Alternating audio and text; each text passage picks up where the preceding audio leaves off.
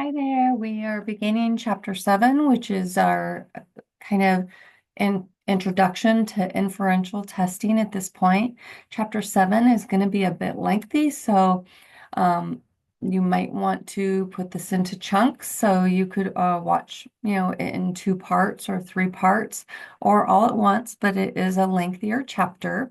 So let's get started talking about hypothesis testing. So you've already dealt with probability, and then you started learning about the standardized distribution. Now we're going to see how that plays into hypothesis testing. So if you recall, in chapter 1, we kind of introduced inferential testing. Remember, descriptive statistics is just describing, summarizing data. Inferential statistics is where we actually start testing hypotheses, where we get to infer about the larger population. So first and foremost, when we are taking into consideration hypothesis testing and inferential statistics, we need to just kind of look at what a hypothesis is. A lot of times we think of a hypothesis, when we think of that, we think of it as a question or something to that extent. But in reality, it's a testable prediction.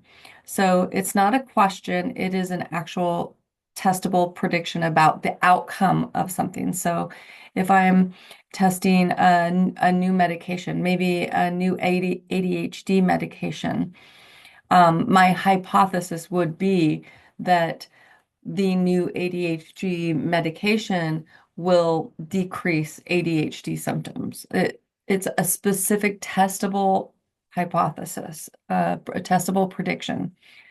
So in hypothesis testing, we often look at, are the groups different from one another? Is there a treatment effect? Is there a relationship between variables? It could be any of those things.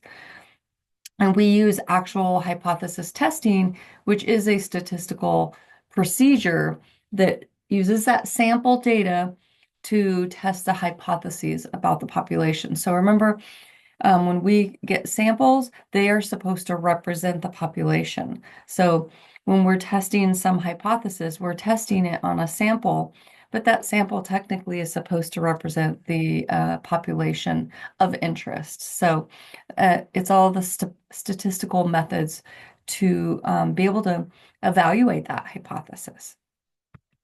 So for hypothesis testing, there's 4 steps, and these steps, all 4 of these steps in the most broad sense, are going to be the same. The 4 steps are the same from here on, the rest of the semester, the same. It's the first thing you do is state the hypotheses, and that is a plural. There's actually 2 hypotheses, and we'll talk about that. Then we're going to set the criteria for the decision is the step 2. We'll talk about what that is. Step 3 is collecting data and computing our sample statistics. And then step 4 is making that decision using the sample statistics. So these 4 steps are always in the same order, the same thing from here on the rest of the semester.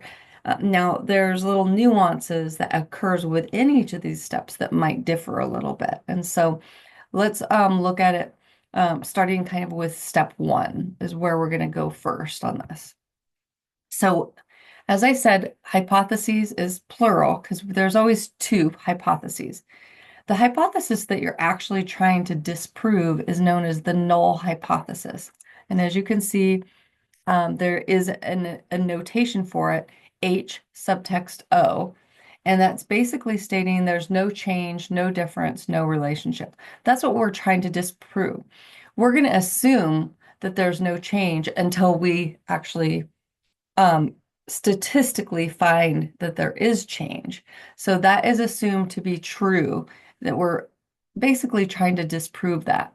So an example, and here's how it would be written for a hypothesis, very specifically, right here. Children in one-parent families do not watch more television than children from two-parent families. So this is what we're trying to disprove, is that they do not watch more television.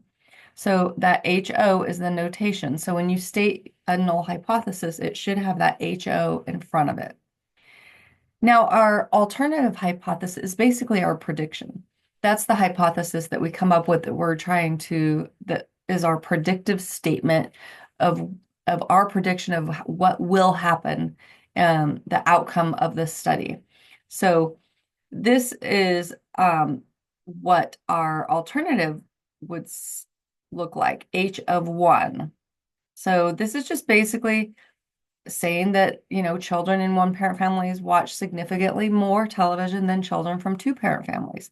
So this it is our predictive statement, which is H of 1, that alternative statement, alternative hypothesis, and the null is what we're trying to disprove, which is H of O. So you're always going to have those two hypotheses. In reality, the one that we're trying to disprove is the null hypothesis. And think of H of 0, think of 0 as meaning nothing, nada, zip. So no change, no relationship, no increase, no decrease, no, difference. That 0 meaning no, where 1, it's like a binary, on, off, on, off, no, yes. The H of 1 always goes with the alternative. The H of O always goes with the null hypothesis.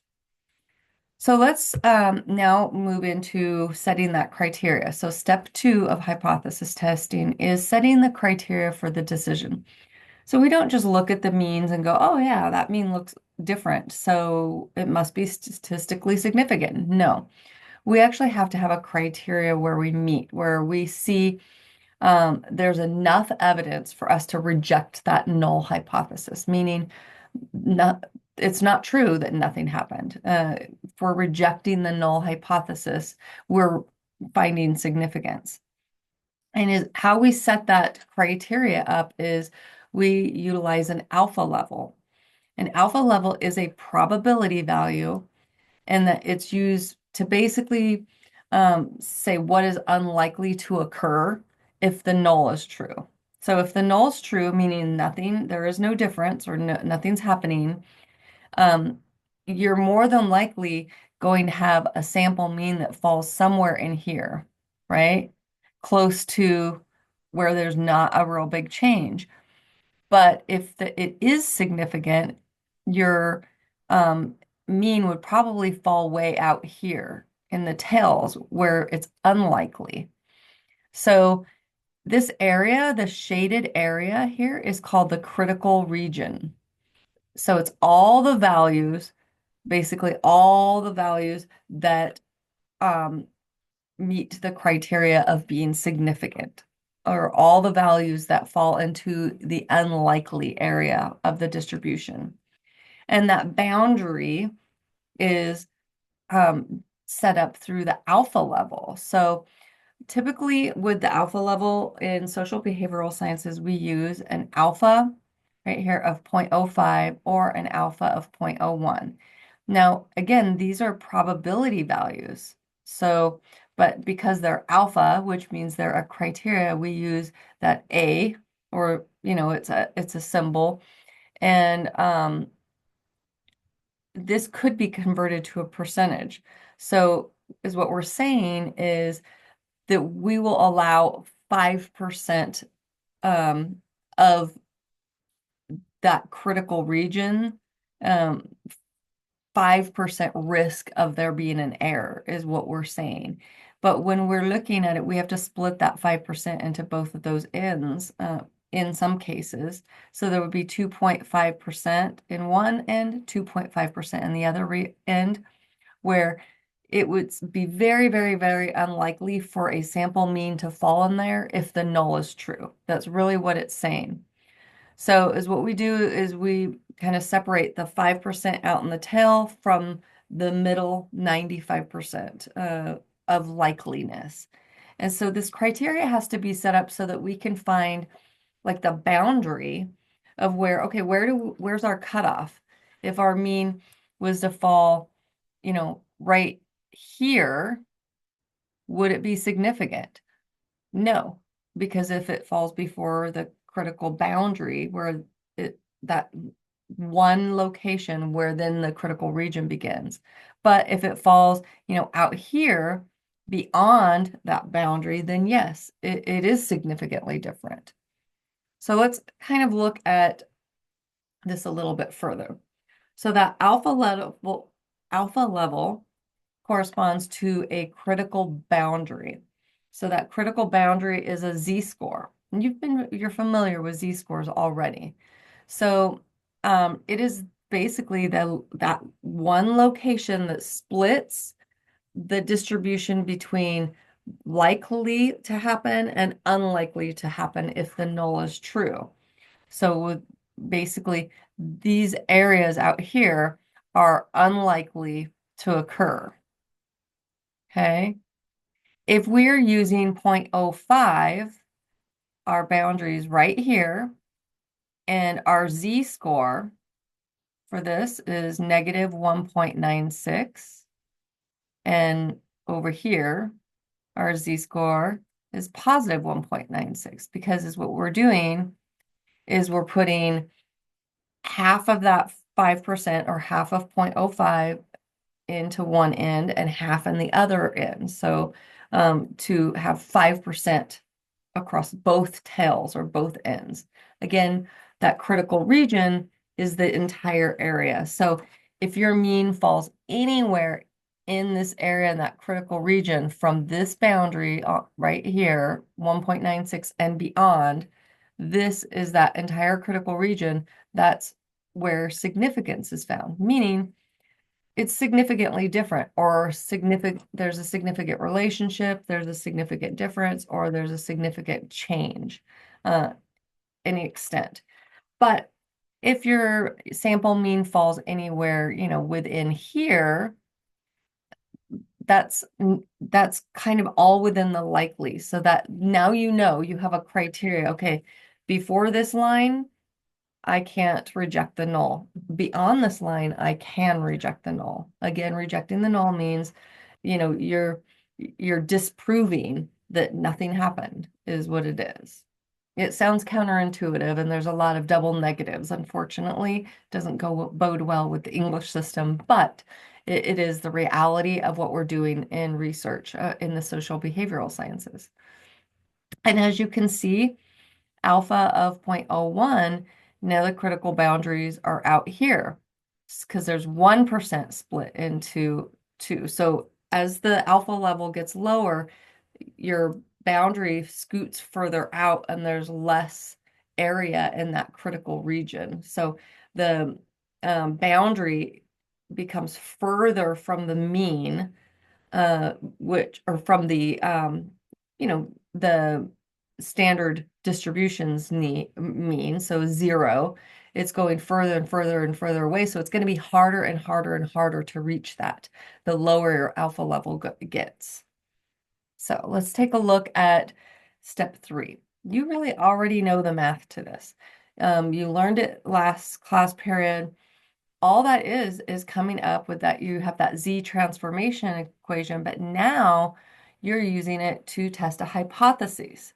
And so you have this using a Z-test is what it's called, or a Z hypothesis test. It's testing a hypothesis about a sample mean being compared to a known population mean and variance. So is what we have to do is we calculate that Z, and I often call this the Z obtained, and I put like an OBT here because that gets compared with that Z critical boundary. It's compared to that. So once you're using two different Z's, you want to keep them straight.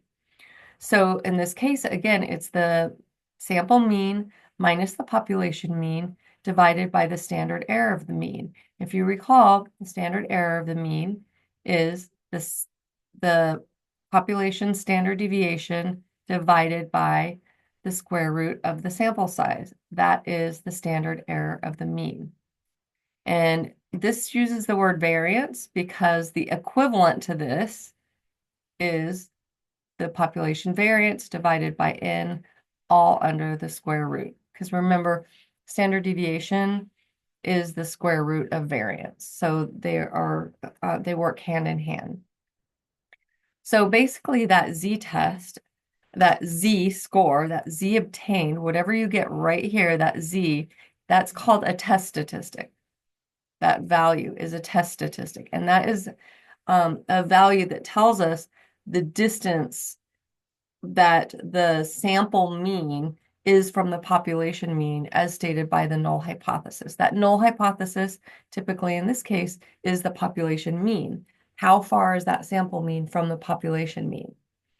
So there's going to be a lot more that you're going to calculate for step 3, but right now let's just think about just the z-test for calculating that.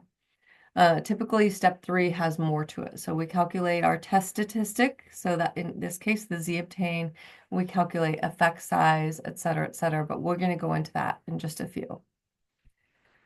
But let's talk about how we come up, like how we make decisions about how to test this, because when we're setting up our criteria to test the hypothesis, we need to decide whether we're going to use what is called a one-tailed test or a two-tailed test. So our alternative hypothesis is going to kind of direct this.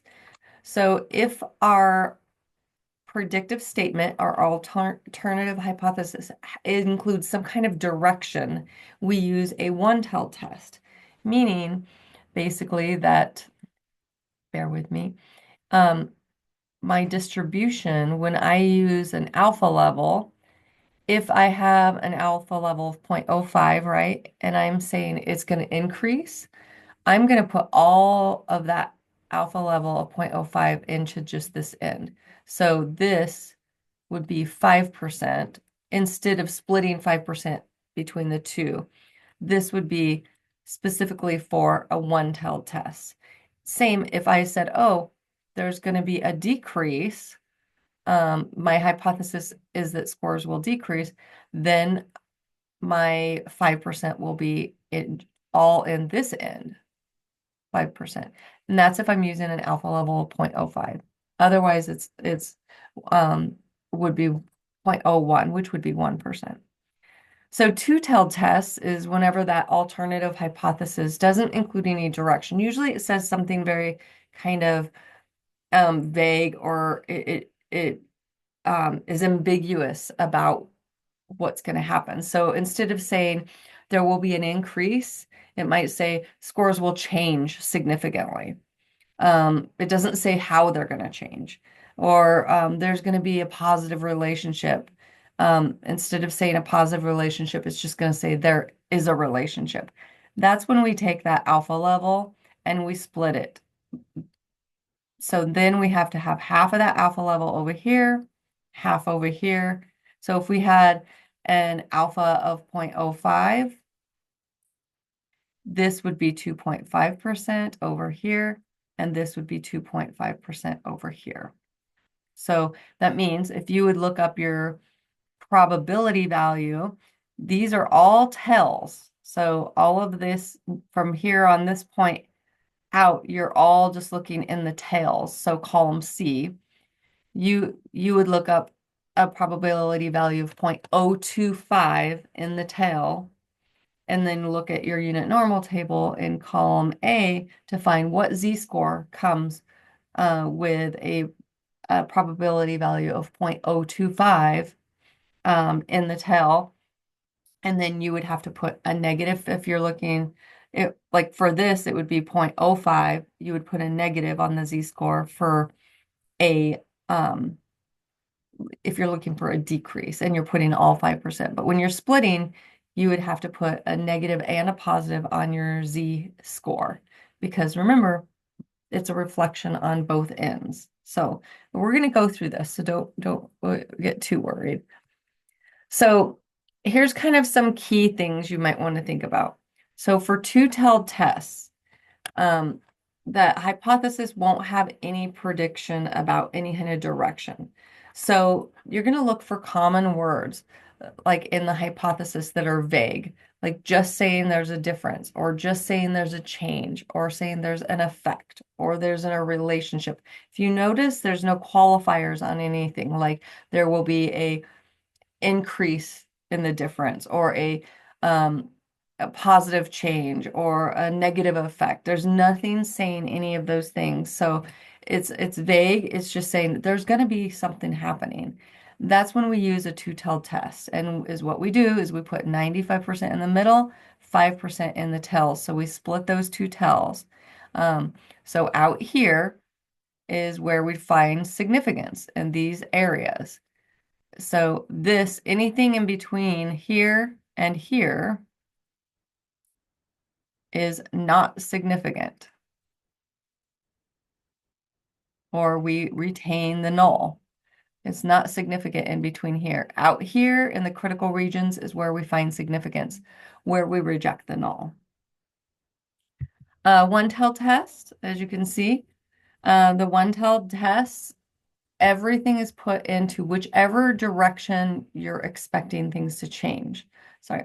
So there's going to be some direction in that prediction. So whatever that direction is implying is the direction you're going to put your alpha level in. So keywords in the hypotheses would be higher or lower, bigger or smaller, more or less, increase or decrease, faster or slower, better or worse. I mean, there's lots of ways that you can suggest direction. So when you're talking about direction, then you're going to want to make sure you're putting it in the right tail. So if we have alpha 0.05 and we're putting it all in one tail, you'll notice the z-score changes to 1.64 compared to here where if we looked up this z-score, it would be z equals 1.96. And over here, sorry, I'm going to z equals negative 1.96 because we split that into two. Whereas when we're doing it all in one tail, now the z-score is 1.64. So 1.64 is closer to the mean than 1.96. And this should be a negative here, right? That should absolutely say negative. I think it disappeared in the font. I'm so sorry. I drew a blank. So 1.64 is closer than 1.96, closer to that zero. When I say the mean is what I mean is right down the middle, z is 0. 1.64 is closer to 0 than 1.96 would be. So let's talk about the rest of step 3. What else we would do with step 3. So that was kind of, we know what the z-test is, and we know how to set up our criteria. I have other videos on that criteria as well, and kind of working through that. And your textbook is a good resource as well. So let's look at now another part of step 3. Remember, step 3 is calculating the statistics, collecting the data, calculating the statistics portion of our hypothesis testing. We always need to include an effect size. Effect size is a measure of the absolute magnitude of a treatment effect. So, and this is independent of sample size. So if you notice, this equation looks a lot like the z-test, except for instead of the standard error of the mean, we're just using the population standard deviation. So no longer is the sample size impacting this outcome. And this is called the Cohen's d. And Cohen's d is an effect size that measures the number of standard deviations that the sample mean shifted due to the treatment, basically. How many standard deviations above or below the population as determined by the null. With the null being there's no change from the population mean. So how much that sample mean shifted, either above or below the population. So again, Cohen's d is an effect size. Later on, you're going to be using Cohen's d for most of the semester. There's also other types of effect sizes for inferential statistics, but luckily for this one, there's only Cohen's d that you're going to learn. So going back really quick, in step 3, you calculate the test statistic, which is that Z obtained, and you calculate an effect size, which is your Cohen's d. Then step 4 of your hypothesis testing is making your decision, but also that includes stating your result. So you use that test statistic to make your decision of whether you reject the null or retain the null. So if you reject the null, that means you found significance. That means your test statistic fell in the critical region. Or you retain the null, meaning that your test statistic that Z obtained fell in the middle and not out in the critical region.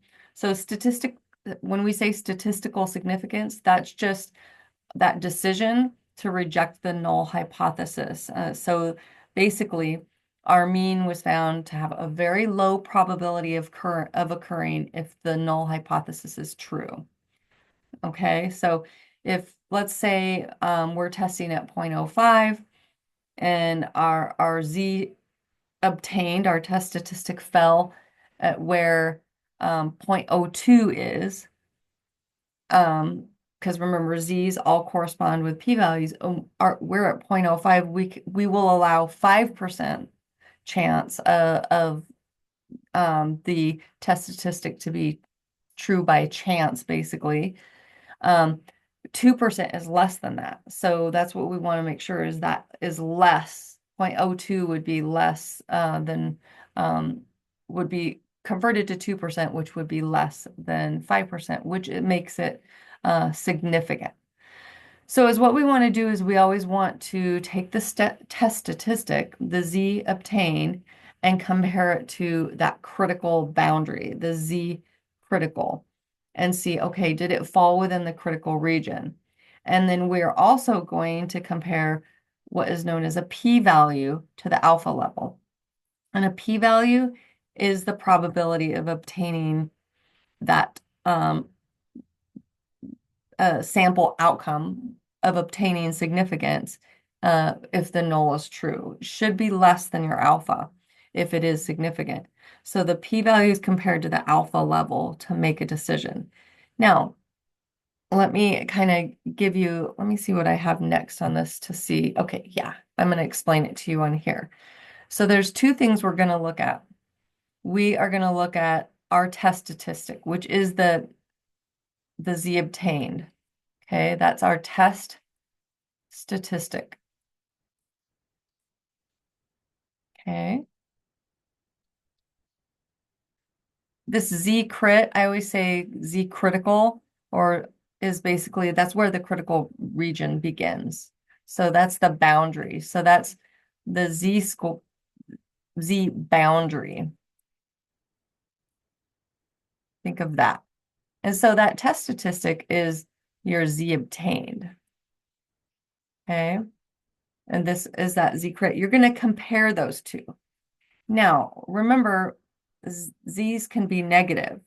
So when you compare, if you get significance, your Z obtained, the absolute value of your Z obtained should be larger than the absolute value of your Z crit, meaning that boundary, meaning it drop those negatives. If if they're negative values, just drop them and just look at just the values.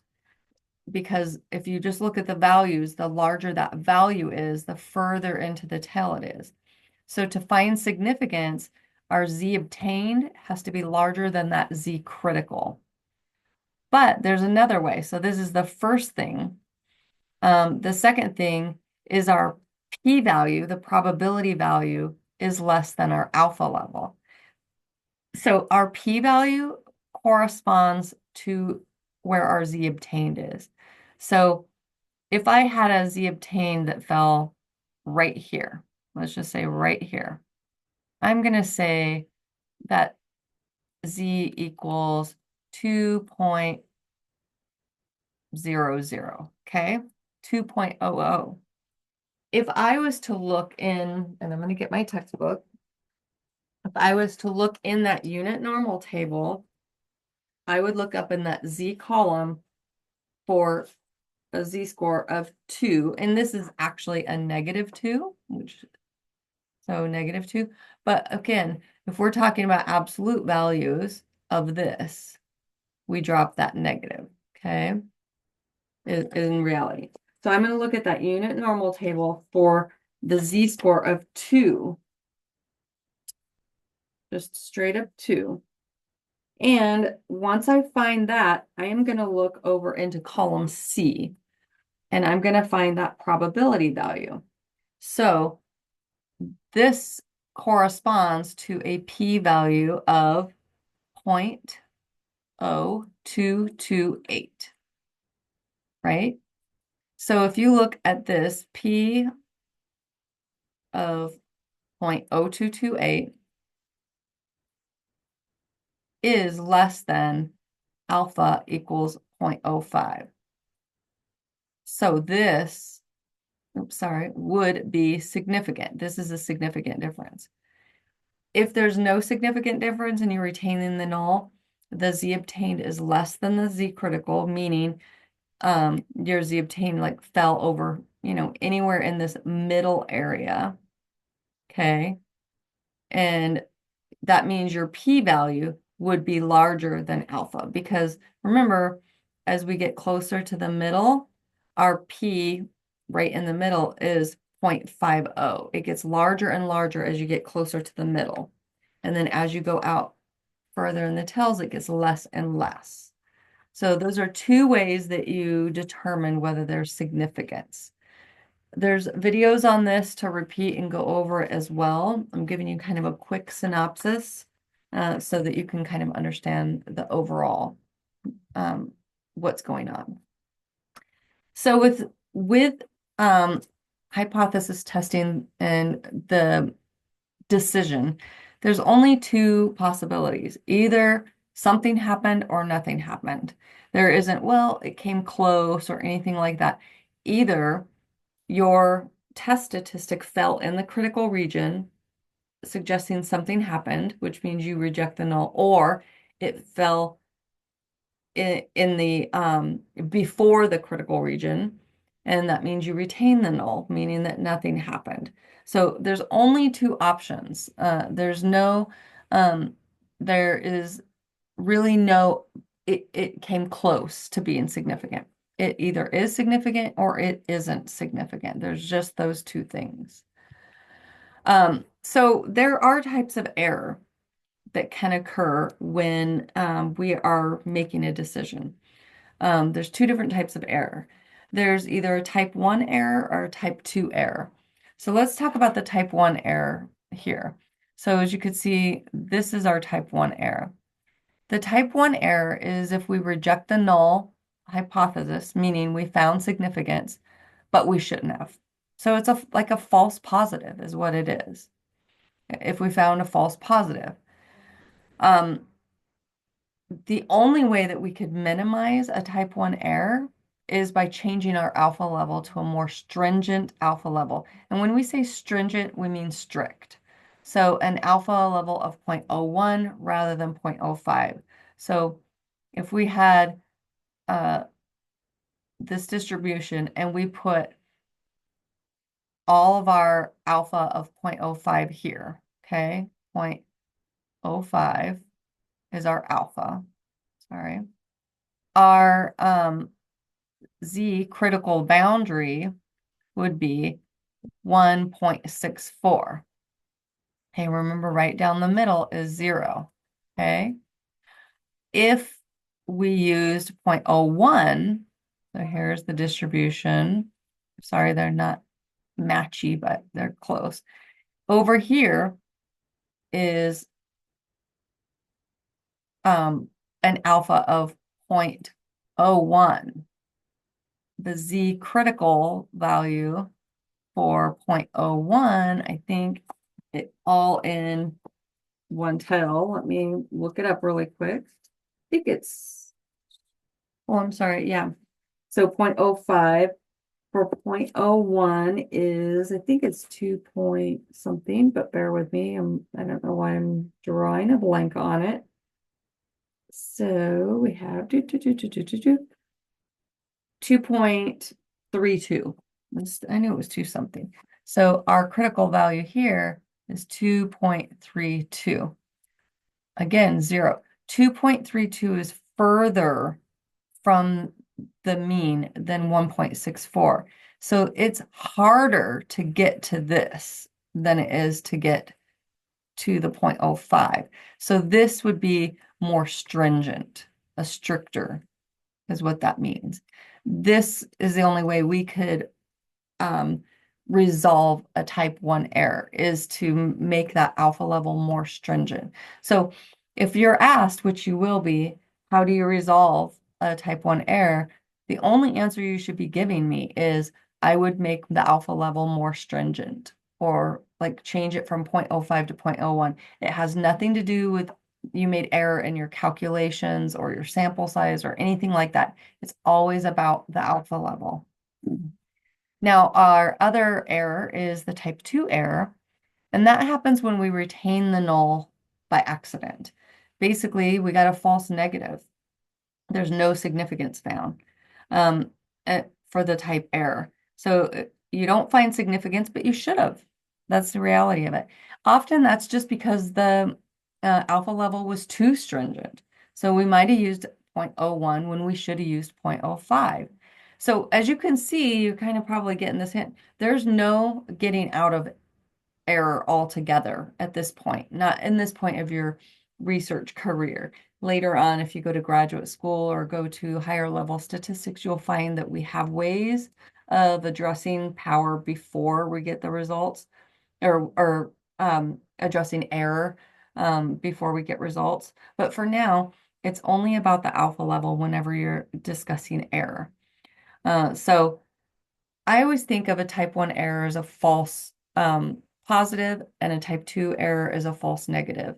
Type 1 is if you found significance, type 2 is if you don't find significance, and it's always based upon your alpha level. So you can't really avoid them. Now, hypothesis testing is very, very much impacted by power.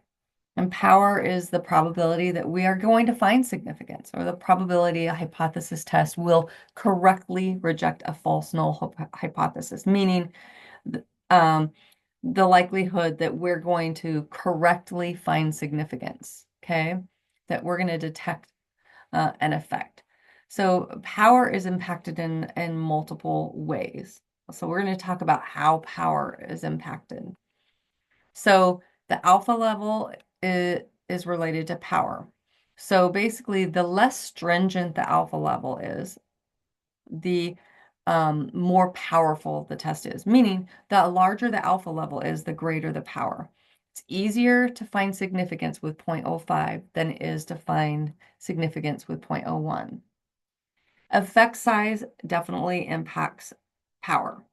So the larger the effect size, and when you think of effect size related to power, in reality is what you're thinking of is this, the M minus mu in that numerator of your test statistic, the difference between the sample mean and the population mean. As that difference gets larger, the more power you have, and that is affects how effect size is calculated, is looking at the distance between the sample mean and the population mean. That, as that difference increases, power increases. So the likelihood of finding significance increases. So here's some examples. Another situation is our sample size. So obviously in our equation, so if you recall, our equation is for the test statistic is sample mean minus population mean over the standard error of the mean. But in our standard error equation is this. And if you'll notice, sample size is part of it. So obviously, as the larger the sample size, the more power we have, because that means the larger the sample size you have here, this number goes up. Your test statistic will go up. The value will increase. So that means you're more likely to find significance as that value goes up. So as sample size increases, your power will increase. So this is some mathematical examples. So my Z obtained with a sample size of 15 is 1.94, but my Z obtained with a sample size of 30 goes up to 2.74. Everything else is held stable. So that increases this drastically. This had much more power because the sample size was larger. Let's go through a hypothesis test really quickly. And you can see how this looks now in action. So this is an example that you might see.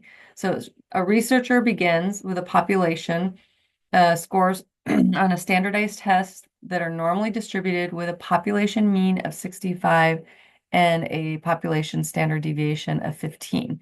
Is what I do is I always say, make a little legend with all of your information, like all of your statistics and parameters, because remember, these are parameters.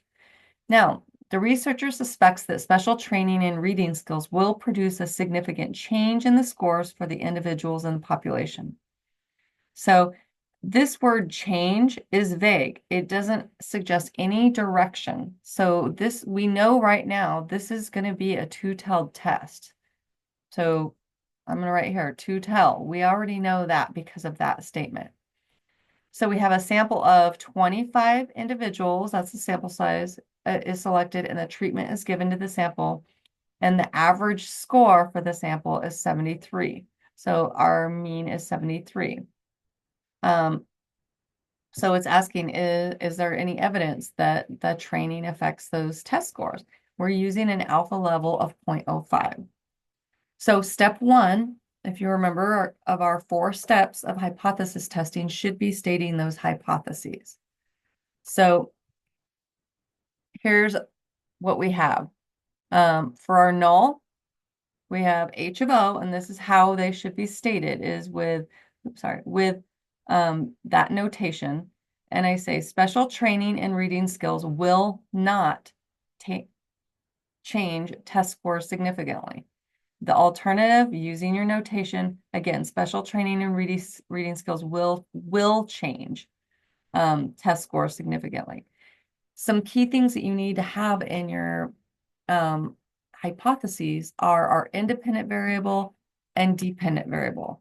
So this special training is our independent variable, right?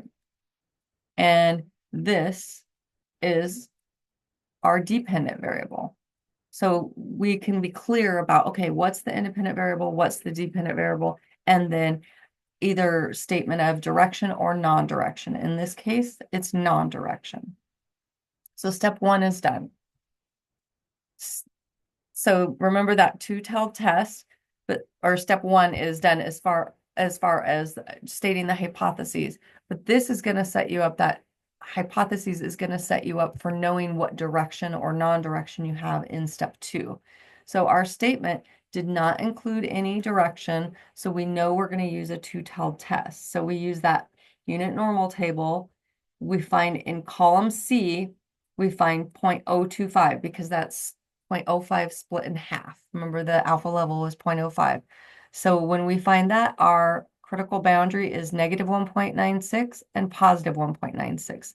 So this is what you would be reporting, is positive and negative 1.96, because you have to make sure you're accounting for both ends of the tail. So that's because it's a two-tell test. So now we can start step 3. First thing we want to do is find that standard error of the mean.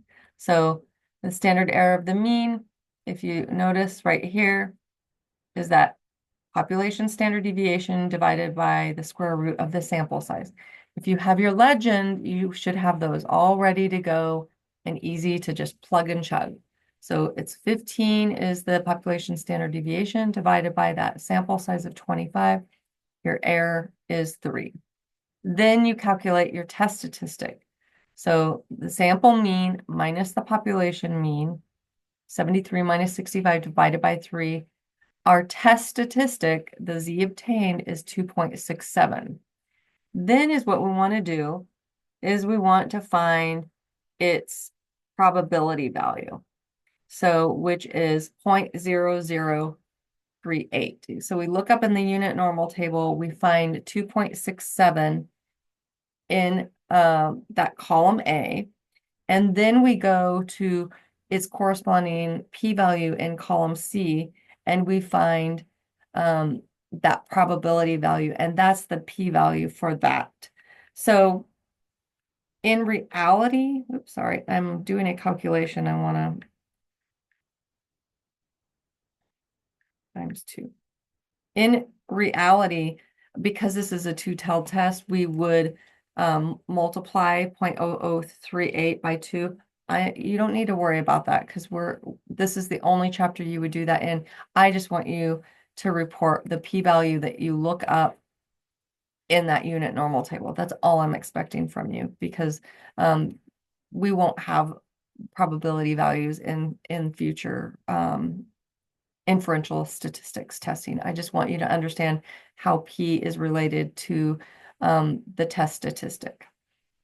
So step 3 is not complete yet, right? Because we need to calculate our effect size. So now we calculate our effect size, those means, the mean difference, 73 minus 65, and we divide by just the standard deviation. We don't divide by error.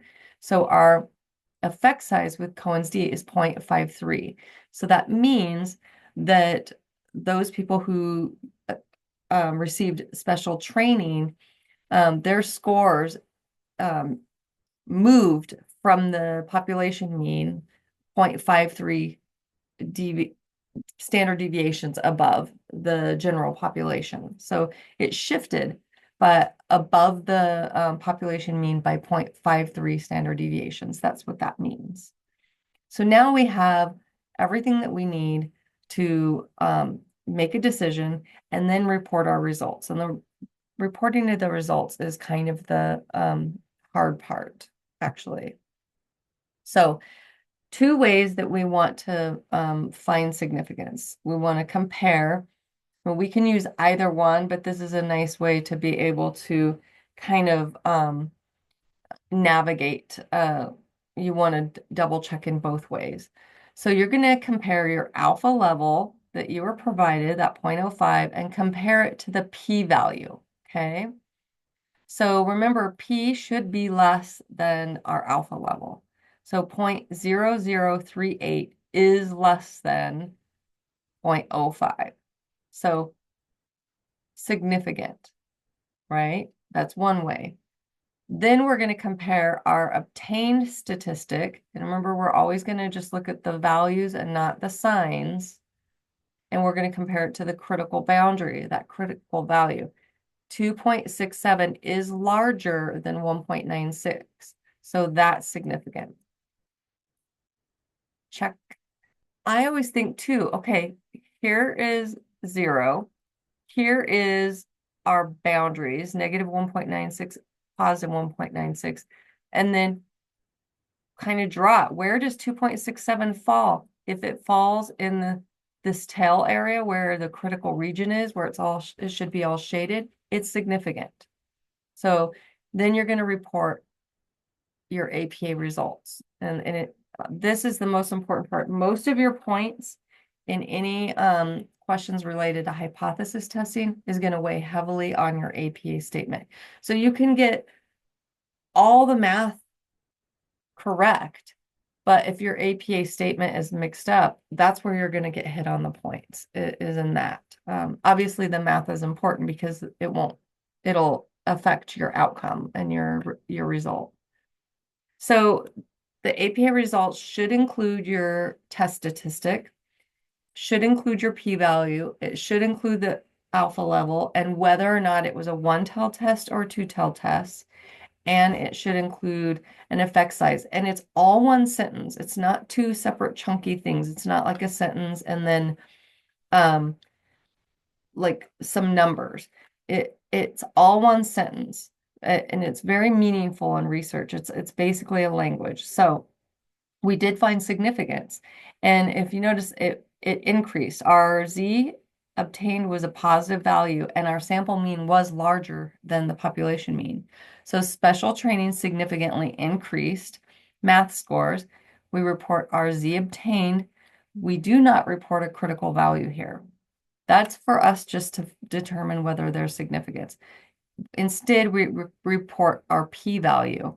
So it goes test statistic, our z obtained, comma, our probability value, p, then our alpha level, and whether or not it's one-tailed or two-tailed, and then followed lastly with our effect size. That's the APA results. If this was not significant, I would just say special training did not significantly change math scores. So I always say if you do not find significance, use your null hypothesis as a framework for your APA statement. If you do find significance, use your alternative hypothesis for the framework for your APA statement. Hopefully that helped. If you have any questions, feel free to email me. There are other supplemental videos that kind of piece things together, little sections like just the hypothesis testing, standard calculating just the standard error of mean, those types of things, if you need a refresher or help on any of those. Hopefully this helps, and I will give you more as soon as I can.